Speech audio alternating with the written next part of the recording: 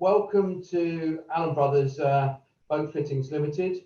I'm Graham Adams, Sales Manager, and this is my colleague Ben Harden from the marketing team, Marketing Manager.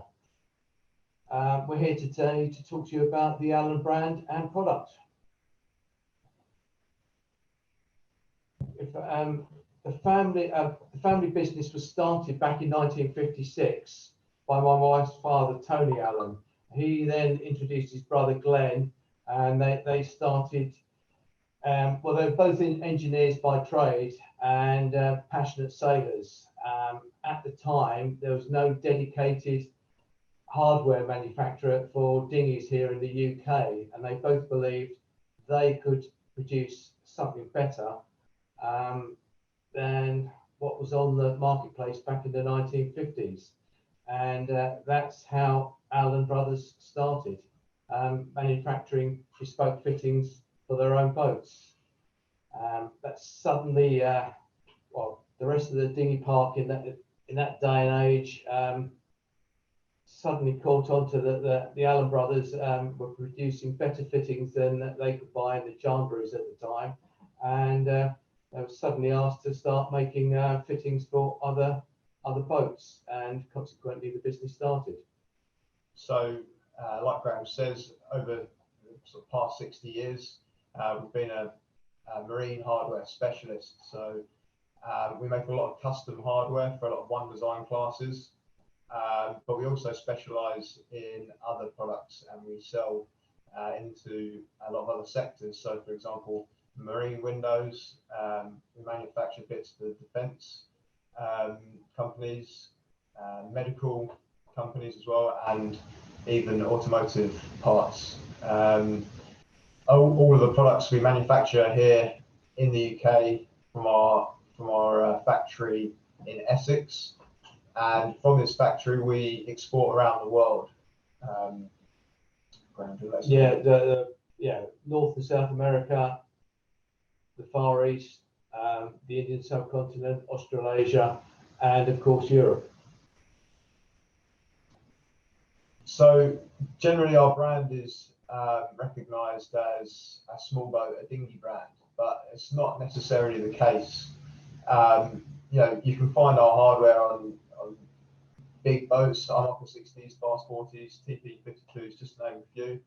But it really depends on the application of what the hardware is being used for. There's no reason why you can't use our kit on bigger boats. It just depends on the loads that are being put under. I think with the advent of stronger rope, stronger and lighter rope, it's forced the fittings manufacturers to sort of concentrate on smaller, lighter and stronger blocks. And that's where we have been coming to the fore in recent years. Because our blocks run on stainless steel balls rather than plastic balls, they have the ability to sort of take higher loads without deforming at these higher loads. So we also produce a lot of custom products for keel boats, such as dragons and etchels. Because we are a close-knit team here at Allen, we're able to produce custom products quite quickly to the design of the boat builder, and we can work really closely with the boat builder to ensure that their feedback is going directly into the product to make sure we get the right thing. Yeah, as I said, as Ben said, on the custom side, we're making a lot of the international dinghy classes around the world not only have our fittings on them, but there's also a lot of the custom metalwork is going into these boats, from the bow fittings right through to the rudder stocks at the rear. And unfortunately, that doesn't always carry the Allen brand. But rest assured, our fittings are on boats throughout the world. So moving on to some of the products that you may have seen from us, but you might not know a lot about. One of our sort of flagship products is the X8 shell block. We've expanded this in the last sort of year or so to include 20 mil, 30 mil, and 40 mil blocks. And this block has really come about because we sponsored a chap called Chris Rashley in the International Moth, and essentially he was just blowing up every block that he was using on his van. The loads are getting so high as the boats are going quicker and quicker, and starting to boil. So he came to us and said, what we do, I don't want to keep blowing up a block in between each race, and how are we going to fix this? So we worked with Chris and we developed the 30 mil XHL, and the rest is kind of history, really. We done so well, more better than we expected, that we bought out a 20 mil and 40 mil version, and we continue to see the block be recognised and used in a lot of other places that we never thought it would be used. We're currently working on a 60 mil version. So what's special about the XHL though? Why do people use this block instead of others? Well, the main reason is because of the special bearings that we have inside. So we've got stainless steel balls running on a stainless steel axle, but we also have a special plain bearing system in there. So when the loads get really high, it transfers from a ball bearing system to a plain bearing system. And what this does, it actually protects the ball bearings and stops it from getting damaged under high loads. And this allows it, when the load drops off and you're, for example, on a spinnaker halyard, when you're hoisting, there's not lots of load on it, but it's trying to spin quite quickly, so you need the ball bearings, and you want those to be running as smoothly as possible. As soon as the kite's up, the loads are static, it's just taking static shock. This is when the plain bearing comes in, and it protects the ball bearing so you don't get any indents or any damage inside the sheave, essentially.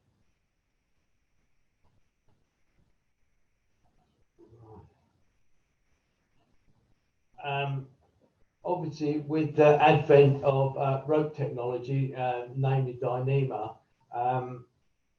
the strength of this rope has allowed fittings manufacturers to come up with new ideas of attaching blocks to boats. And virtually every manufacturer has a tie-on range. We, of course, have ours, and as you can see on the screen, it's they are, for a professional rigger, they are very easy and quickly attached to boats. We are having a few problems, to say the least, with the general public fitting into boats, but that's now becoming easier with the advent of the soft shackle that we now supply with all our tie-on blocks to the retail trade. As with all our dynamic blocks, they run on stainless steel balls, stainless steel races, and can take some of the highest loads on the market at the moment. You'll see our 30 mil block, that's widely regarded as one of the best 30 mils, both in the tie-on version and in the standard version throughout the marketplace. And we've just brought out a 60 millimeter version about 18 months ago, and that is taking a working load of over 700 kilos at the moment, and represents very good value. When compared to other blocks on the market, the 60 mil load comparison to the price is pretty unbelievable, really. And we're really expecting big things from that block in the future, and expecting to see it in a lot more places. The great things about the tie-on blocks is, as you can see, they've got a big central rivet, and this essentially allows for the tie-on option. So you can use that central hole as a becket to tie on, make a cascade system, or you can dead end your rope on there, however you want to use it, really. You'll also notice that there's a stainless steel ring at the top of the block. This is the tie-through feature, which stops the block from capsizing.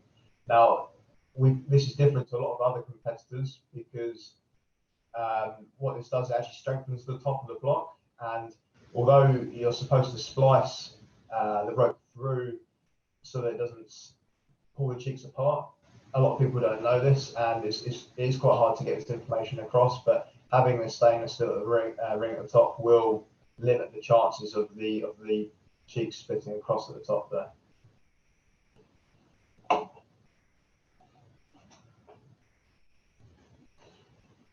So moving on to something a little bit different, traveller cars and track.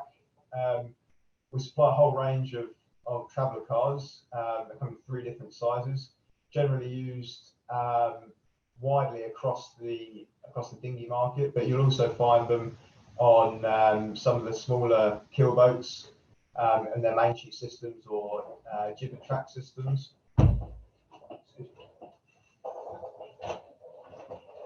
One we have been working on is the Star. Yeah, there's a Star main sheet system there. The track and the car have been bent in-house. And it's all been designed to flow nicely around the tracks. You don't get any juddering when it's under load. Something we're working on, pushing out at some point. But we're just perfecting that at the moment. And we can bend track, as I say, from a complete semicircle for the Star main sheet system through to sort of medium bends for an Etchells main sheet, for example, Dragon main sheets.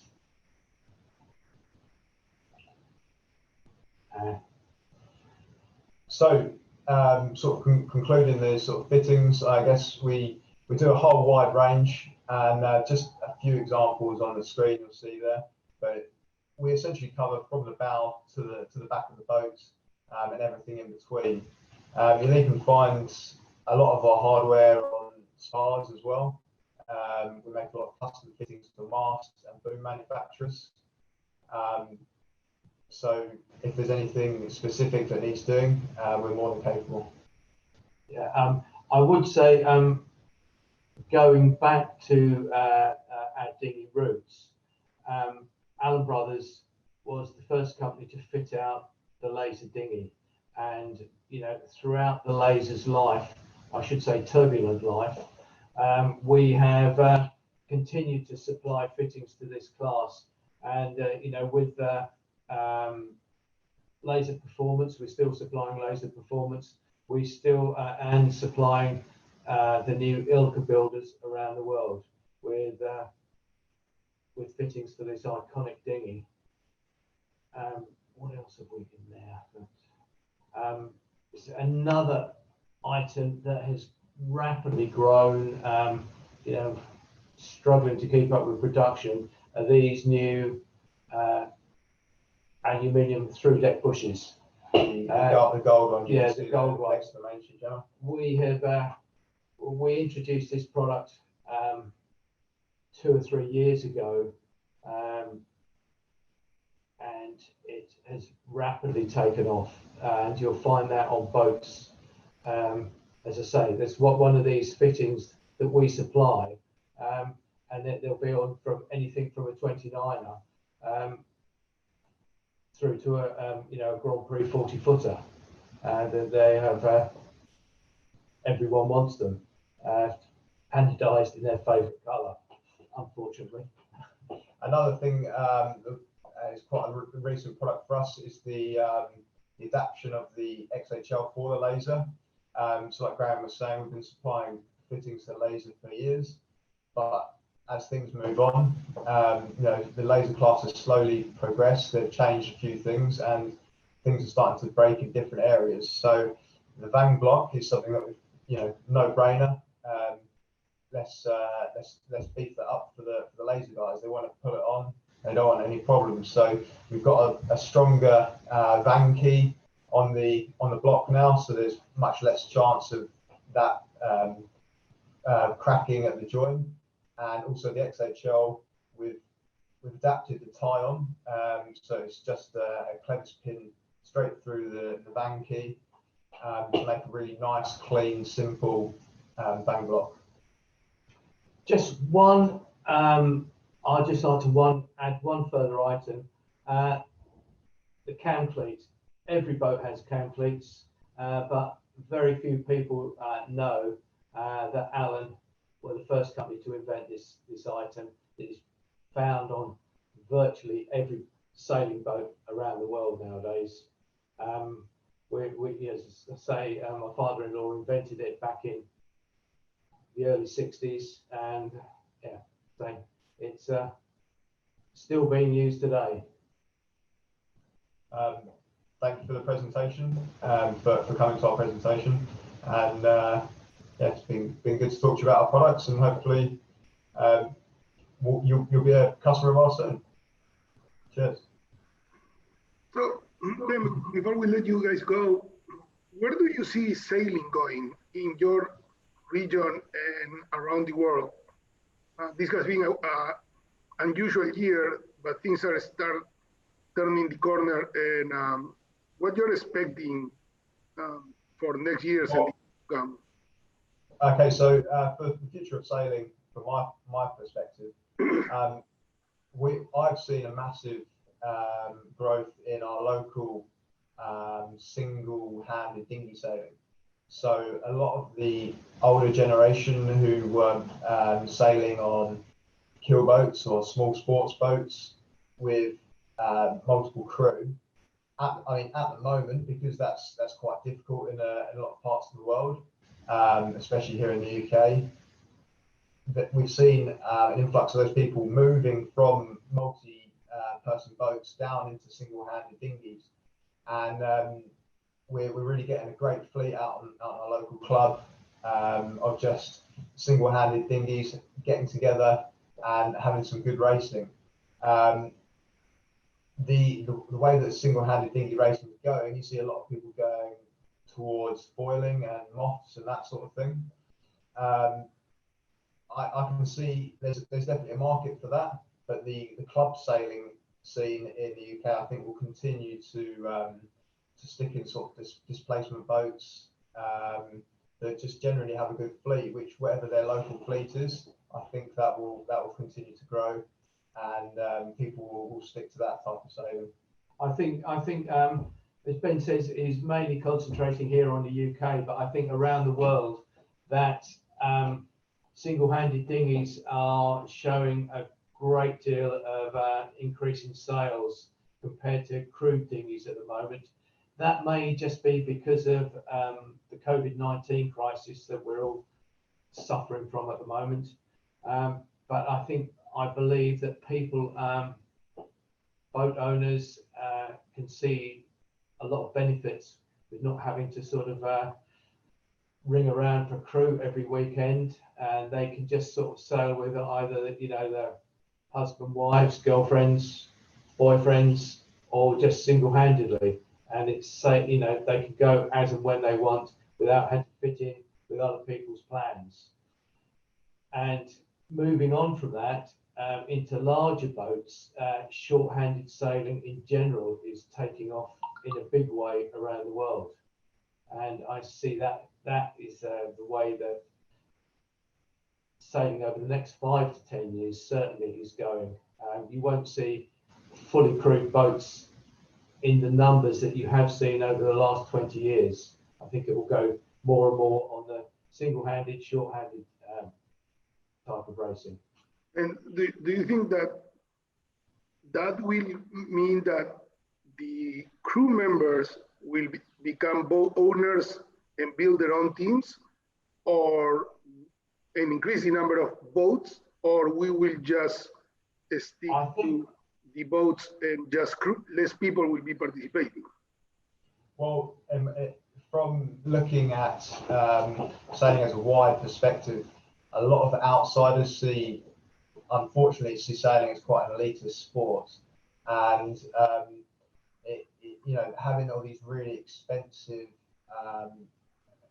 Formula One style dinghies out there or keel boats that are too unattainable for a lot of normal people.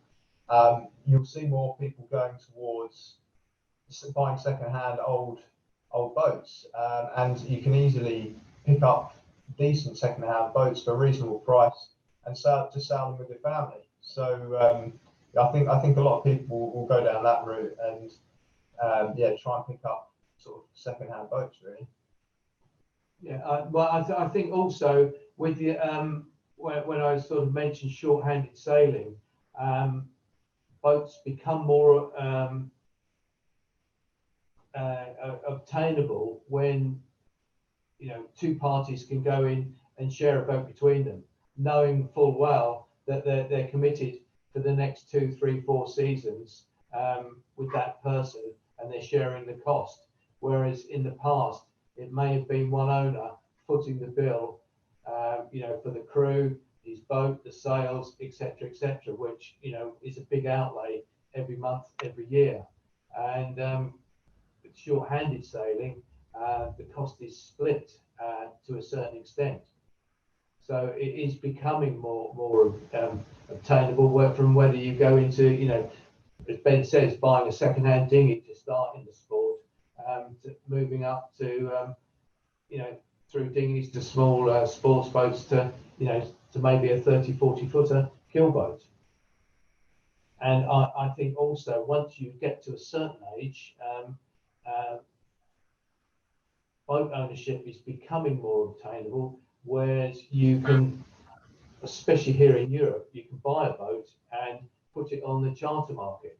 You can have, you know, we all have to work, and but you know, you can have you know, 2, 3, 4 weeks holiday on your own boat in the Mediterranean, for example.